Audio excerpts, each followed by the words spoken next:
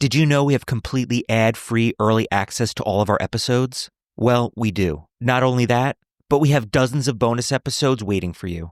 Head on over to patreon.com/ghosttownpod, and you can check it out for 7 days absolutely free. That's patreon.com/ghosttownpod.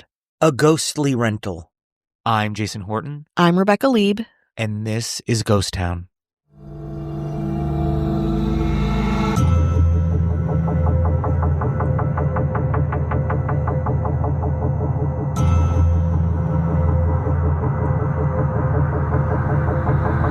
When college student Maddie and her best friend signed a lease at the Summit at the Edge Apartments, just steps away from the University of North Carolina at Greensboro, she figured her experience would be that of a typical college student, with studying, friends, parties, socializing, etc.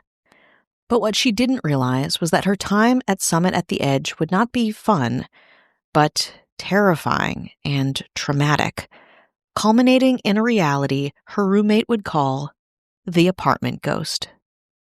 Maddie, who via my research is identified by a first name only in the press, was a junior at the University of North Carolina at Greensboro back in 2019 when she noticed something strange, handprints appearing on her bathroom walls. Then, items of her clothing went missing without explanation.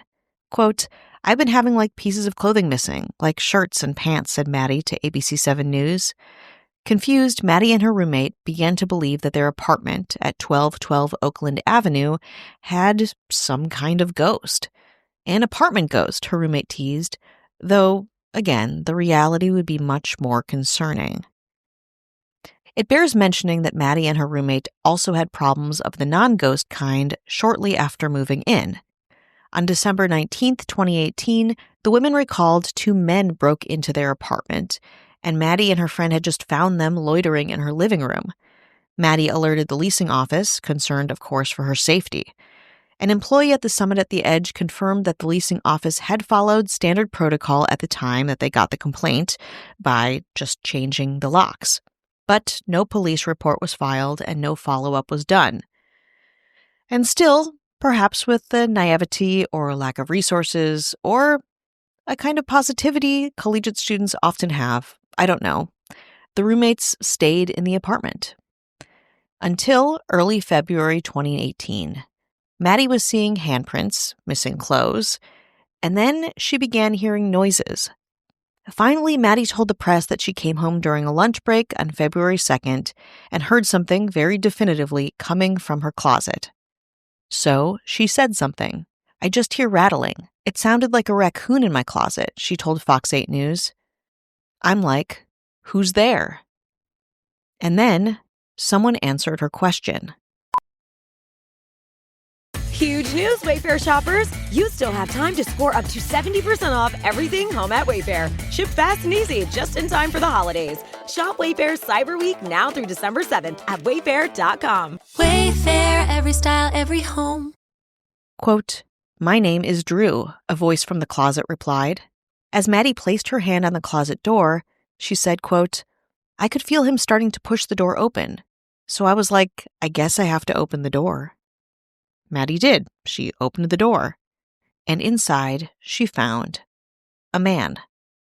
Tall, lanky, with greasy hair and vacant eyes. Not only that, he had raided Maddie's closet. She said to Fox 8, quote, "I opened the door and he's in there, wearing all of my clothes. My socks, my shoes, and he has a book bag full of my clothes." She said he begged her not to call the police, and for about 10 minutes the two talked. Quote, "He was telling me everything about his life and basically how he got into my closet," Maddie would say. All the while, Maddie was texting with her boyfriend, who was on his way to her apartment after a frantic call from her Apple Watch to 911 did not go through. As Maddie, calmly as she could, waited for her boyfriend with Drew, she talked to him to keep him distracted. Then the encounter gets even more bizarre. The man, Drew, leaves the closet, keeps trying on Maddie's clothes, and even solicits contact with the college student. Quote, "He tries on my hat. He goes into the bathroom and he looks in the mirror and he's like, 'You're really pretty. Can I give you a hug?'" she recalled. Then she asked, afraid of the answer, "Are you going to do anything to me? Are you going to do anything?" Which he adamantly said no. And Maddie, in a follow-up interview, agreed that he never touched her, thankfully. The man left as soon as Maddie's boyfriend arrived, but with their help, authorities identified the man in the closet, the so-called apartment ghost, as 30-year-old Andrew Swafford.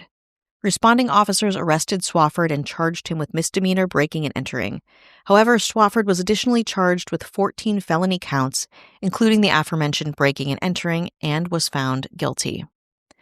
Nobody figured out quite how Swafford got in, and he was avoidant about the question, and the doors and windows of the apartment were completely locked. As you might imagine, the terrifying reality of Swafford's existence, living inside of their apartment, inside of Maddie's closet, did not sit well with the co-eds. And Maddie and roommate had enough. Quote, "Last night I did not feel safe," she said. "I slept with my roommate in her bed. I can't stay here. My closet, it stinks. Every time I go into my room, there's a bad vibe. I'm just ready to leave." Maddie did eventually leave, as did her roommate, but the anxiety around renting any new place, with of course a closet or two, would be the stuff of nightmares. So, this evening, you might want to check your doors, your windows, and of course your closets to make sure you don't encounter your own apartment ghost.